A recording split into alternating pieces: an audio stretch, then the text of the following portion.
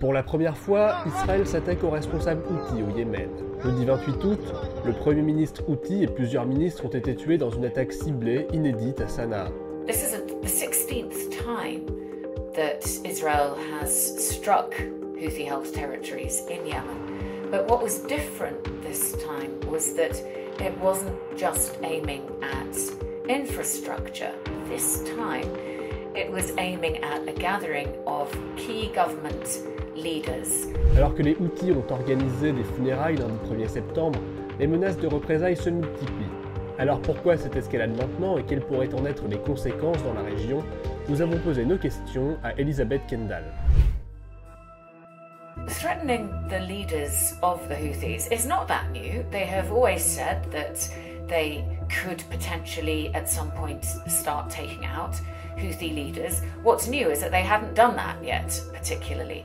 But I think that was probably because their intelligence was still playing catch up. Of course, the Israelis have had a long time to get under the skin of other members of the axis of resistance that Iran was mainly leading.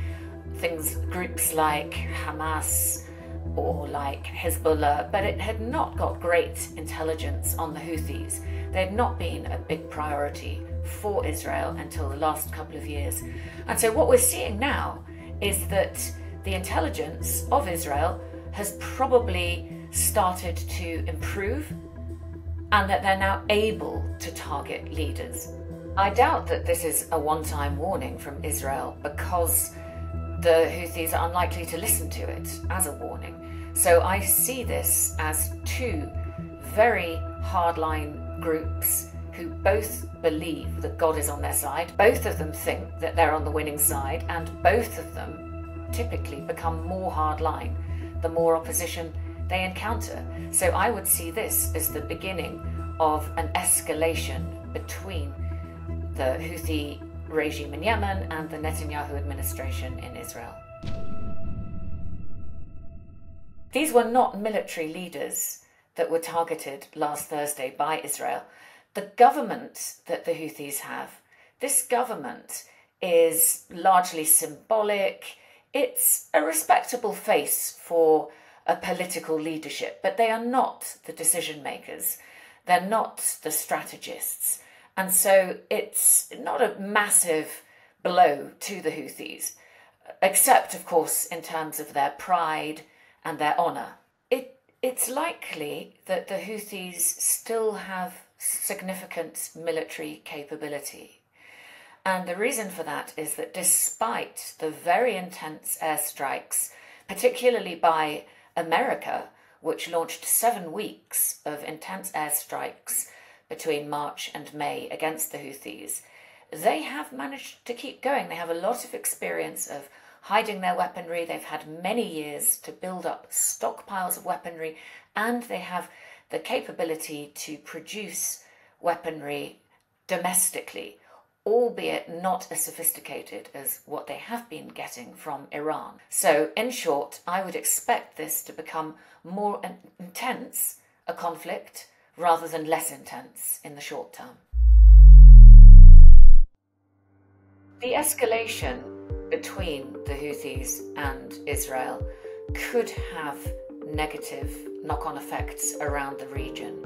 For example, if the Houthis try to exact revenge on softer targets, such as increasing their attacks on shipping in the Red Sea even more, or extending their theatre of operations in the maritime arena beyond the Red Sea and down towards the Gulf of Aden and even towards the Indian Ocean, or if they try to target other enemies inside the region, such as US military bases, and we do know that the Houthis have been trying to use different kinds of hydrogen fuel cells for their drones, which would give them a greater reach and greater stealth and therefore be more difficult to shoot down.